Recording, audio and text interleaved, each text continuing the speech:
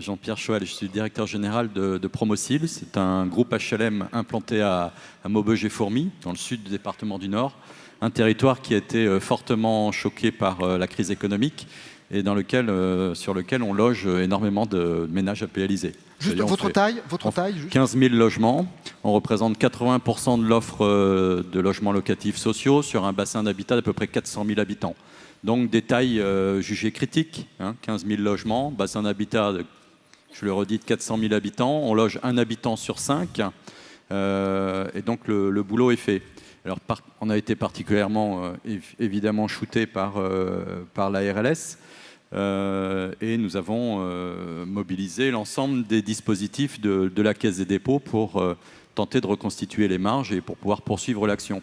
Parce que, au-delà des échanges en altitude que l'on vient d'avoir sur le terrain, il s'agit d'avoir conscience de la charge et de la responsabilité qu'on a vis-à-vis de ce territoire.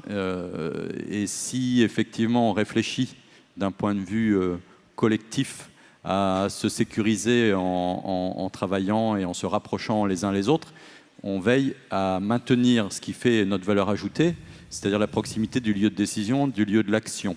C'est comme ça qu'on est le plus efficace, c'est en étant plus près des populations et des collectivités locales. Donc nous avons, pour revenir sur les loyers, parce que c'est je crois, l'un des principaux thèmes de la table ronde, nous avons, lors de la première convention d'utilité sociale, mis en œuvre la remise en ordre des loyers et passer tous les loyers à la surface utile. Alors c'est un peu technique, mais c'est peut-être pas mal de discuter un petit peu de technique aujourd'hui, surtout à la veille d'une ordonnance qui n'est pas encore écrite sur une nouvelle politique des loyers. Et donc cette remise en ordre des loyers, qu'est-ce qu'elle a permis de faire au moment de cette crise? Nous n'avons pas été nombreux en termes d'organismes HLM, en nombre d'organismes HLM à mettre en œuvre cette remise en ordre. Nous avons recalé les loyers plafonds par rapport à la qualité du service rendu. Ce qui manquait dans cette remise en ordre des loyers, c'était l'aspect mixité, de prendre des garde-fous dans cette remise en ordre. Mais cependant, en matière de réponse technique, c'est peut-être à remettre sur la table. Il y a deux sujets, en fait. Il y a la baisse de la dépense publique. On a baissé l'APL, on a eu la RLS. Mais le deuxième sujet, c'est traiter la plus grande pauvreté des gens qui rentrent chez nous. Aujourd'hui, chez nous, 80% des attributions, et c'est 80% de 1600 attributions par an, c'est en dessous des ressources PLAI.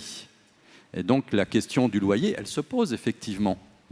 Cependant, avec cette remise en ordre des loyers, aujourd'hui, nous n'avons que 4% de retard de paiement, moins de 4% de retard de paiement. Donc il y a des solutions qui existent sur les loyers, mais elles ont ses limites, d'autant plus que ces marges de manœuvre, elles ont été réduites par la RLS. Donc il y a une espèce d'équation compliquée aujourd'hui à réécrire.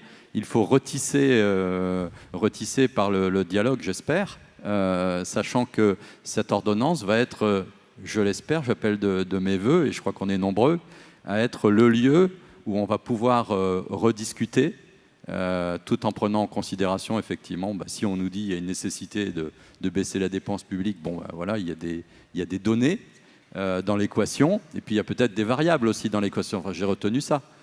Et donc, ce que j'appelle de mes voeux, c'est d'ouvrir le dialogue, de commencer le dialogue pour écrire cette ordonnance. Il y a des outils qui existent, mais avec les limites de la viabilité du modèle économique, parce que, je le redis, en tant qu'organisme dirigeant sur le terrain, on a d'énormes responsabilités, on a une charge très, très, très importante.